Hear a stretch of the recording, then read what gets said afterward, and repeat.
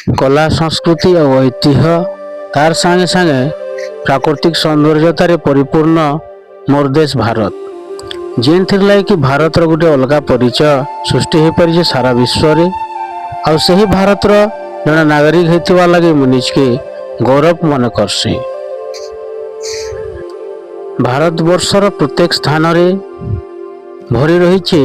प्राकृतिक सौंदर्यता एवं आमर कला और संस्कृति।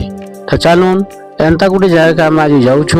जेन कि कला संस्कृति और इतिहास जोड़ी होकर रही। जय जोहार मोर दर्शक भाई माने आर आपण मन के फिर के स्वागत मोर यूट्यूब चैनल के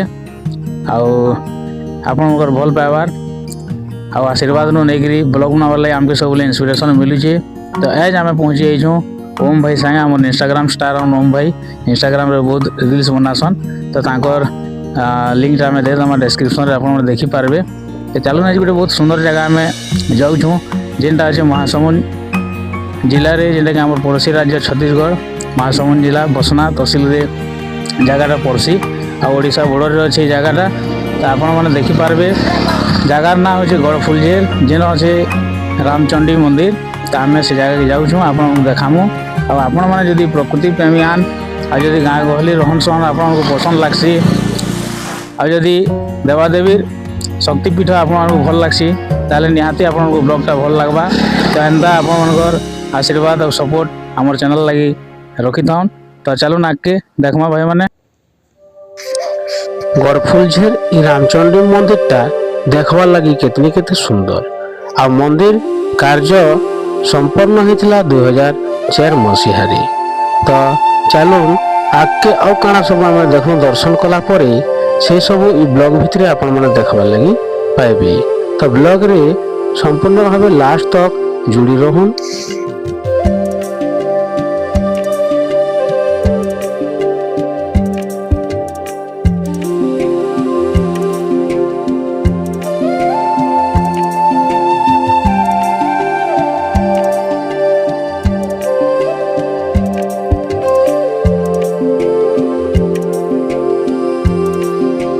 फाइनाली आम यहाँ पहुँची जाइछूँ गड़फुलझेर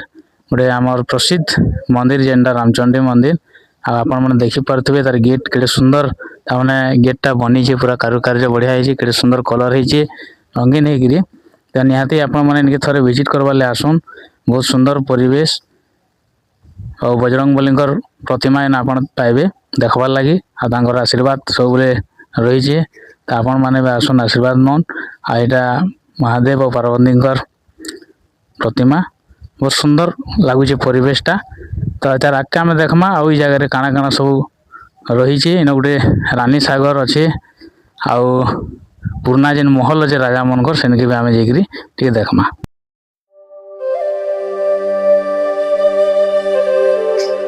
जदि आप ओडिशा के दर्शन करवार लगे आसबे ताले पदमपुर इनके पहुँचवार लगे पाखापाखि 40 किलोमीटर दूरिया है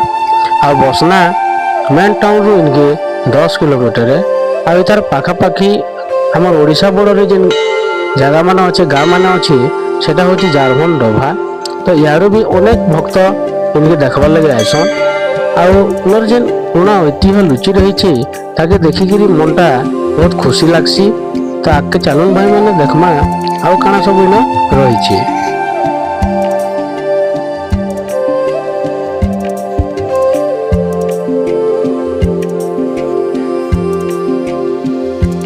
मंदिर दर्शन कला परे मंदिर परिक्रमा करवार समय आप देखिपे माँ दुर्गा प्रत्येक अवतार ये जगह देखा लगी मिलसी और तार सहित राम भगवान बनवास समय किसी दृश्य मंदिर भितर अंकित होकर रही। तार सहित आम देखिपारमा भगवान श्री विष्णु महेश्वर और ब्रह्मा प्रतिमा भी सज्जित होकर रही।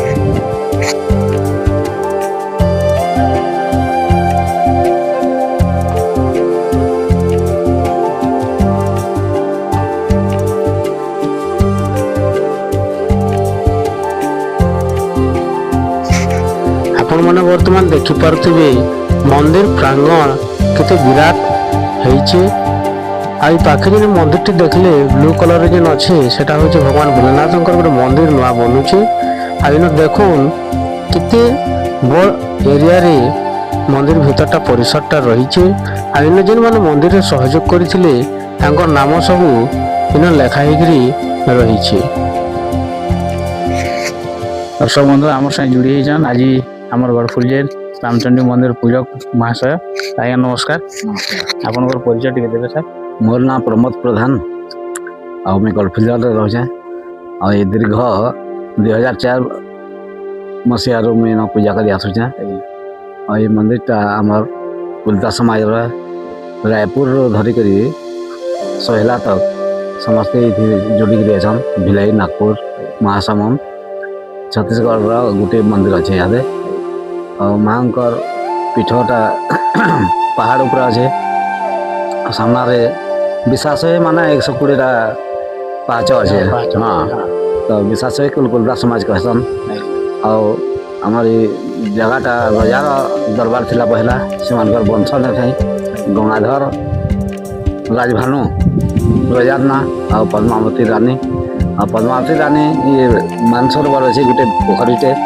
तो से पोखरी से डेली गाधे गला के पद्मफूल पत्थर से चली चली जान बुझे कि नहीं ये सब कहानी है सब गोटे गोटे और मझरा राजा थिला से बाल ब्रह्मचारी थिला तो दिने कारण है राजा खजना आसूल करथिला और आनी थे खजना जेती खजना आनी जे तुम तो प्रजा मान शोषण कर यहाँ ठीक नहीं हवा कहले रानी पद्मावती रानी तापर सेकेंड दिन फिर गले गाधवार लगे गाधवार गले जे से पद्म फूल रे और चली न पारे बुड़ी गले से खत्म हो गले महिला या खाना कहला मैं बाँची कर मैं ब्रह्मचारी लोग हैं मोर गला के ना बलिदान देना समाधि बन जाए ना से पूजा पूजा ना घोड़ा रे हाँ हाँ तापर आमर 14 एकड़ बाउंड्री थिला रजार तो से देखुते सामने जेन सेदा बना है तो सेटा नली चालू करवा लगी गुली मारवा लगी लक्ष्य रखवा लगी दुर्गा हिसाब से मन 14 एकड़ मंदिरटा दसरा मास गोटे पर्व है और चैत्र रामनवमी के गोटे पर्व है और दसरा मास चतुर्दशी दिन आमर विशेष पर्व है से दिन 25-30 हजार लोक खाना पीना बनसी भंडारा है रात काली पूजा है सारे यहाँ गोटे पोखरीटे अच्छे रानीर बन से दक्षिण रजार बन हाँ रजार बनटा 17 एकड़ और रानीर बनटा 13 एकड़ हिसाब से सब जगहटा फेमस है यहाँ जे आपण माने देखि पारुथबे एटा होछि से राजांकर महल जेनटा कि अपरित्यक्त अवस्था रे पड़ी रहिछे आ एटा होछि रानी पद्मावतींकर महल विराट आकार जेनटा बनीथिला बहुत बड़ ऐतिहासिक स्थान इनु जना पड़ुछि ये जगहटा है तो मुई मोर दर्शक भाई मान को अनुरोध करमी जिन माने भी इनके आउछन एटा के परिष्कार परिच्छन्न रखवार लगी यत्नवान हेबे कहीं मुई जितले न बुलाबुली कला देखली सबुआड़े अपरिष्कार ही पड़ी जगहटा आ मोर हिसाब रे इन प्रशासनिक दृष्टि मध्य नहीं पड़वार तो बर्तमान देखुन केड़े सुंदर महल इन होइतिला आ पुराना युग रे इरा तैयारी होइछे आ आज पर्यंत छिड़ा होकर रहीचे आ हमको जणाउछे जे हमर इतिहास केते पुरातन है।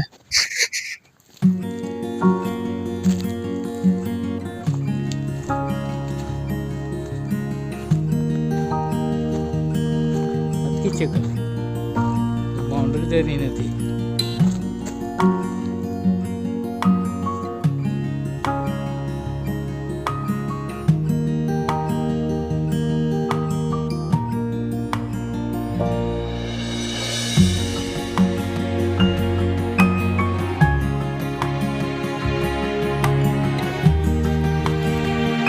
आजिर ब्लॉगटा